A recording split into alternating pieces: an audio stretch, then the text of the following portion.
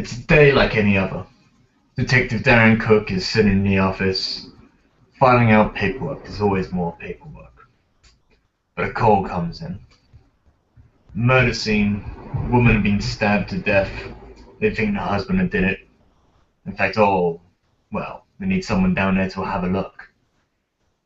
It's usually close members of the family. There's reports of a small child being locked in a bathroom, crying, not being able to get out. And Darren Cook is sent out to investigate.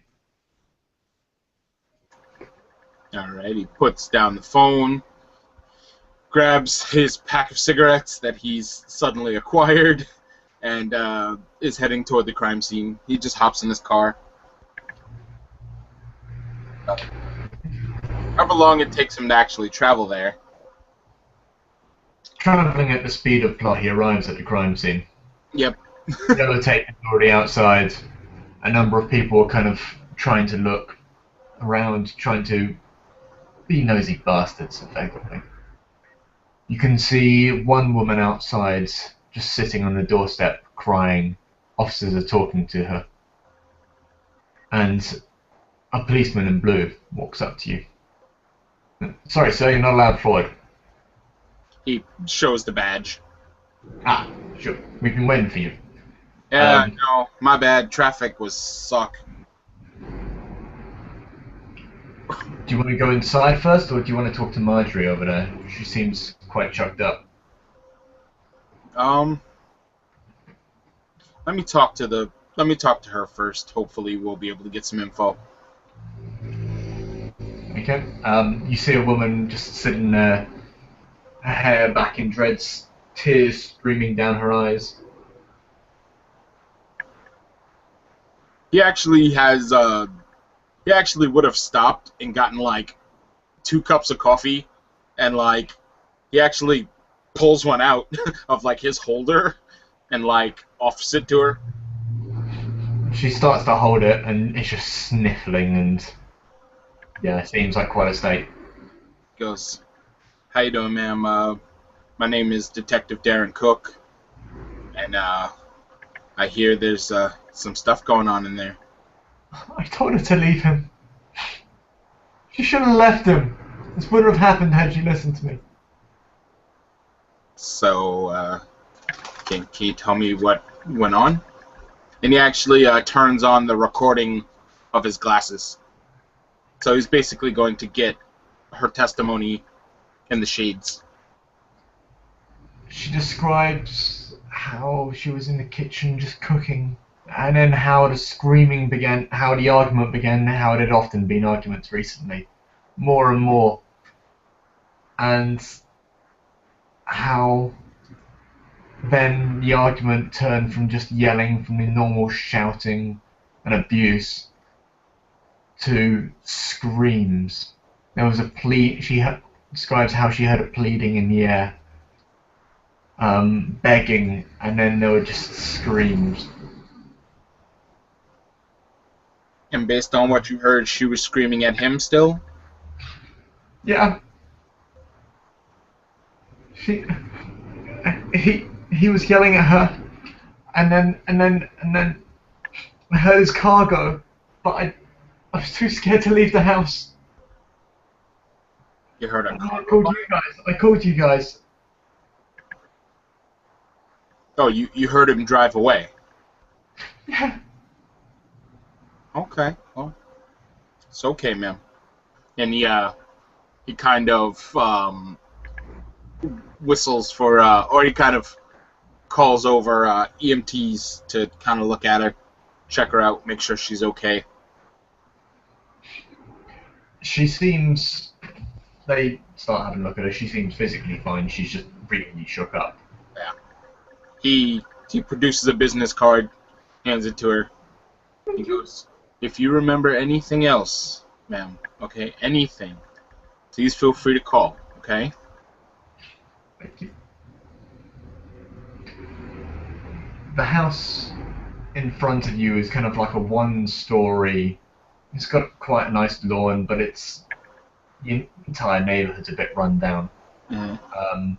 You get the feeling, kind of just generally looking around, that yeah, people here aren't necessarily that well off. Yeah. Hmm. Broken swings in the front yard, and yeah, they've let it overgrow. All right. He walks inside, pulls out the tablet, starts messing with it. Right. He basically is booting it up. Okay. Walking inside, you begin to see kind of room to your right, which is obviously, well, you walk straight into kind of like the main living room almost as soon as you enter. The door kind of enters the kind of main area. Mhm. You see a corridor kind of leading off to the right, whereabouts there's probably bedrooms, the bathroom. You can see an officer standing by the bathroom or kneeling by the bathroom door, just gently trying to whisper. But right in front of you, what takes your attention more than anything else is the body which is laying inside the kitchen. So if you imagine a kind of front room with a divided off kind of kitchen, it's not a full wall, but you can see over the countertop. You Yeah. can see blood trailing down and just a foot leading straight from the kind of, well, straight within your view. The rest of the body is hidden. Okay. He goes over and kneels and kind of is looking at the body. He takes the camera, or he takes the tablet, and he starts like taking pictures. Trying to get a general sense of the body shape and like if she was stabbed by this dude in such a way, what would cause her to fall like that. Um, By the looks of it, you see. Give me a perception investigation roll. okay.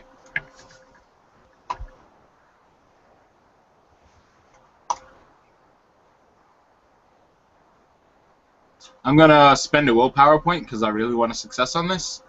Okay. Oh my god, unneeded. But that's 7 successes. Okay. What you see are lacerations on the back of her arms. You're looking around and you see broken kind of pans. You see whereabouts. You see kind of hot water on the floor. Whereabouts it looks like she's tried to defend herself with a saucepan, which she must have picked up and tried to swing at her attacker. You see lacerations on the back of her arms. You see multiple stab wounds in her abdomen. One kind of going through her ribs, which must have been the one which finally kind of failed her. Um, she's evidently kind of tripped back into the kitchen. You see a chopping board on the side with some chopped veg, but no knife. What else? What else are you looking for with 7 successes? At this point, he's trying to see if this attacker was stronger than normal. The lacerations look as deep as one would expect from a mortal. Oh, okay, cool. All right. And now he's going to be looking for the knife. He's like asking the other officers if they found a murder weapon. The other officer kind of looks up from the door, and she just shakes her head and says, "No, we think the perp may have taken it with him." Oh, so he's still on the loose. Yeah. All right. The murder's literally just kind of occurred. You've been called in as soon as the police found out, and the police found out pretty sharpish. Okay. He goes, do we know where their room is? The lady points to the one behind her. Alright. He goes in there. As you walk past her, you hear her kind of whisper to the door, "It's okay. It's okay. It's going to be okay." He stops and he whispers in her ear, "Is that the kid?" I think so, yeah. Alright. Locked himself in here. We gotta get him out of there. We gotta get him out of the scene. I mean, yeah, we've got to get him out of here. Can you help? Do you want to try and call him from the window? Get him out the window. Wait, out the window. Well, to stop him seeing this, her seeing the scene. Oh, no. We can just do this. And he actually, there should be like a tarp, like they do that. They have tarps that they'll put over a scene, especially if they know a child will be there, or a child is involved. Give me a quick int roll. Okay. When you say over a scene, do you mean kind of dividing it so over the Like ceiling? dividing a room. Like they'll, Yeah, like okay. if it's in the kitchen, they'll divide the room so that people can walk through to the living room or whatever. It also keeps from it also helps to keep from evidence contamination. Like if someone sneezes and they sneeze into the room, you know. Okay. Like that. Are you recommending to her to get it then? Yeah. Uh, And it sits by the door. okay, she disappears off to go get some top. Okay. And he goes, "Hey, Hello? hi. Hi, What's your name?" Lucy. "Okay, Lucy. My name is Darren, okay? And I'm with the police and we're here to help you." Is she okay? She's a little bit hurt. Hold on one second. She's a little bit hurt right now, but we're gonna take care of it. Is she gonna be okay? I don't want to be alone. I don't want to be alone. One moment. Hey, are you there? Please don't leave me. Please. Please don't leave me. Please, I'm scared. I don't want to be left alone. Hello? And you don't hear much from inside the bathroom. The door's just closed. Hello? Please don't leave me. It's okay. It's okay. I'll look after you. No, I'm here. There was someone who called on me a little bit. Are you okay? Okay. Okay. Basically, I'm going to try to connect to this kid's mind and try Okay. to see if I can like read the surface thoughts, see what's going on. Cool. Actually, yeah. Describe how you're doing it with regards to your paradigm, and yeah, give me a roll. Yep. He's going to at current shit.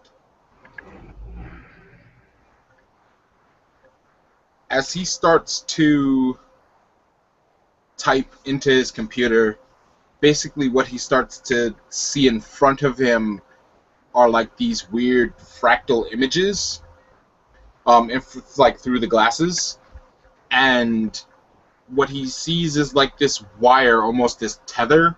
Obviously, it's invisible. Go from the two images, go from basically one sort of fractal pattern to the other, and like interconnect to it, and then you see like impulses coming back and forth between them, and then they both they're pulsing out of sync, and then slowly but surely they start pulsing in sync, and as they're like pulsing in sync, that's when like the thought transference would occur. Okay. Roll. Yep. You taking your time with this? Yeah. This is definitely not something he's rushing. He's still talking to her. He's still trying to like keep her calm, but he's as part of the like sort of calming talk, he's also kind of trying to do this. Okay, give me a roll, and also give me a roll on perception empathy. Perception empathy. Okay. What about the difficulty for the roll? If you're taking your time, it's DC4. It's Sphere 2, isn't it? Yep. Cool. Okay. No, annihilated. Awesome. So yeah, he's And give me the perception empathy. okay. Made slightly easier by the fact that he's now all up in their brain meats. 5.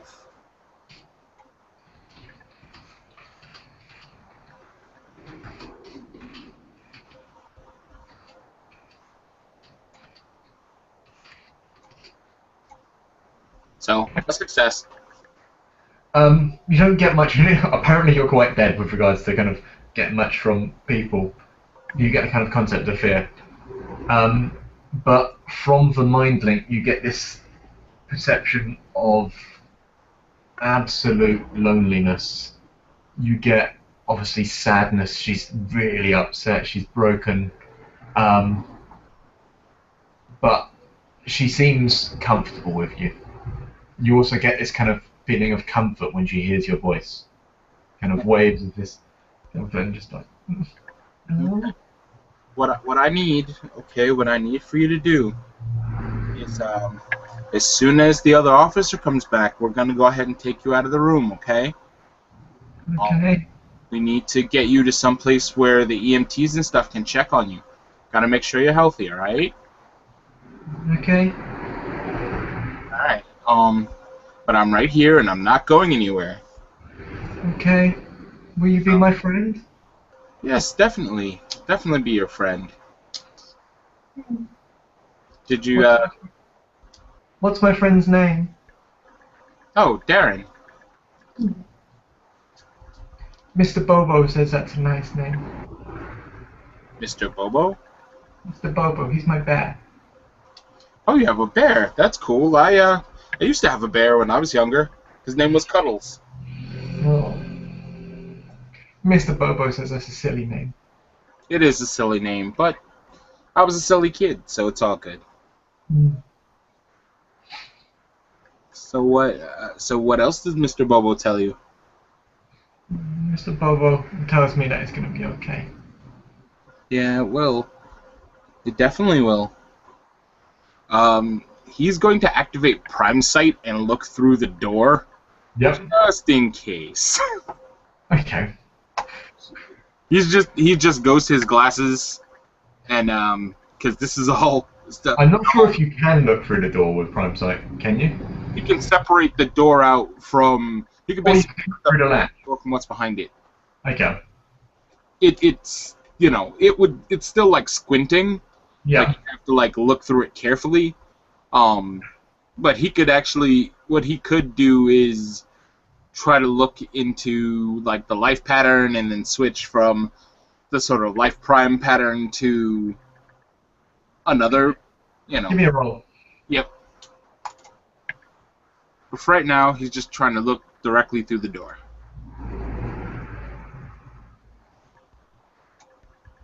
Okay, so one success. You get a rough sort of image of a single person there. Kind of, you don't get much of the actual room itself because. Do I get anything from the bear? She just seems to be holding something close to her, but there only seems to be. Basically, what you register is a lot of inert and one life pattern. Or one time pattern. Okay, that's what I needed. All right. So he is currently. He's just like, yeah. Do you like games? I like games. Okay. Like. He goes. I like to play number games. I like number games as well. I'm very good at them. Oh, and good. the other officer comes back at this point, and they've basically got the area divided off. All right. Okay, Lucy. He actually goes like through his pockets and pulls out like, 2 crumpled up Sudoku puzzles that he didn't quite finish. He's just like, good enough. And he actually tries to like slide them under the door. You feel them kind of get pulled back. You see? I like puzzles. I've got no pen. Oh, that's gonna be a little harder to shove under the door, sweetheart, but we gotta take you outside anyway so that the EMTs and stuff can take a look. Okay, can you open the door for us, please?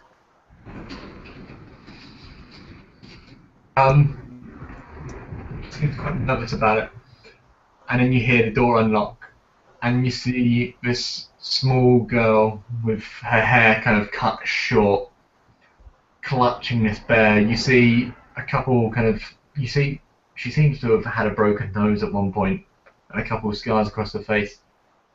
And then she immediately runs to you and puts her arms around you and just holds you tight. You just kind of hold her for like as long as she needs, and then kind of like, it'll be okay. It'll be okay. We just gotta let the doctors take a look at you, okay? They'll make sure you're all right. Don't let go. No, I'm not gonna go. I'm right here. But we just need to have the doctors take a look at you, okay? Okay. So he kind of leads her by the hand all the way outside, takes her to the EMTs. She's still holding on to you for life or death. Oh, God, yeah, no, No, yeah, that makes sense. He's, okay. So... you'll eventually get a call, while they're checking her over, you get a call over the radio saying they've basically found the husband. They managed to kind of trace him down. They've managed to corner him, and he's making a run for it across the ground. Oh, God. All right, boys. Hopefully you guys got him. Does he have... Make sure... be careful, he may still have the murder weapon. Now, Roger. Huh? Now confirm. Okay. So... He seems to be running with a knife, effectively. Yeah. So, at this point, he's still standing right next to her. Like, he stepped, like, briefly away just to discuss that, because, her dad with a knife is not, You'll see that she really didn't like you leaving at all. No, he goes back. As soon as, like, he's done talking, he steps right back over. When you get back, she just basically clings to you. Yep. What did the EMTs say? What exactly do EMTs kind of ask? Sorry? Oh, no. They just, like... They're checking her blood pressure, looking for any marks or wounds, that sort of thing. She has a couple bruises. She seems a bit malnourished. But apart from that, the bruises appear old rather than new. There are no wound marks. She's obviously distraught and her heart rate's up, but it's kind of all what they sort of expect. Yeah. Did you hurt yourself when you locked yourself in your room, baby? No. Where did these bruises come from, if you don't mind me asking? He did them. He, your daddy? He did. And she starts crying her eyes out again. Oh, it's okay. It's okay. We're not going to let the bad man hurt you anymore, okay? Okay, we're right here. And he actually starts to kind of... He's going to try to, like, calm her down. You're my friend, right? Yes, I am your friend. He's actually not going to go the cheetah route with this, and actually is going to try to use actual, like, real life empathy to relax her. So manipulation. Okay.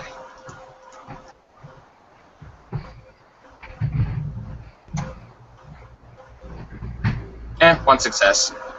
Okay. It would be expression, not empathy. Really? Yeah, welcome to the world of actually using expression. You know what? All right. If that's the way we want to go. That's the way we want to go, man. No, he's just gonna be like. He's basically going to use mind, and just like try to. Like, there's still that mind link that's still connecting with them, or he hasn't broken it for the PC. So what he's going to send across are like, it's actually like math, like it's almost gonna look like he's sending across like math, but what it is things that will trigger her brain to like calm and relax.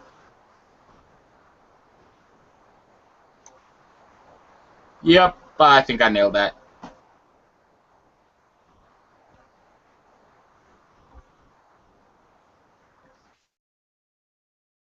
She begins to relax a little bit, but you kind of get that feeling of, given what the hell she's just been through, and what's going on, she's still distraught. She's just really holding on to you quite tightly. No, it's Shall we begin to round up the scene a bit? Unless there's anything major more you want to do. No, that's fine. Basically, what he would do is, after a while of dealing with her and all that stuff, he would try to take her to because they have counseling units for children and stuff. Yep. And they can also talk to and he'll give her like a card with his number on it. As you try to leave, she basically starts throwing a bit of a fit, saying, "I thought you were my friend. I thought you wouldn't leave me." No. He pops out the card, and he goes, "As long as you have this, I'm always with you, okay?" And he hands it to her. "I'll see you soon, friend." "Yes, if you need me, call that number, okay?" "I don't have a phone." "They will give you a phone. You tell them that you need to call Detective Cook, and he'll let you call me, okay?" "Okay, friend." "See you later." Friend. He kind of like tussles her hair. And she gives you a massive hug around the leg. Accidentally getting a bit of it caught in his watch. He's like, oh, I'm sorry, babe. And he kind of very gently like pulls, but like grabs some of the hair with it. Okay. Like, tiny bit. So it obviously wouldn't hurt her, but there'd be a sharp ow. Yeah. And he just takes it and he kind of puts his hands in his pocket, pocketing it so, for later. He basically at this point would go back to the station, give all the evidence he has about what went on. He's definitely looking at that knife to make sure the husband is the only one who touched it.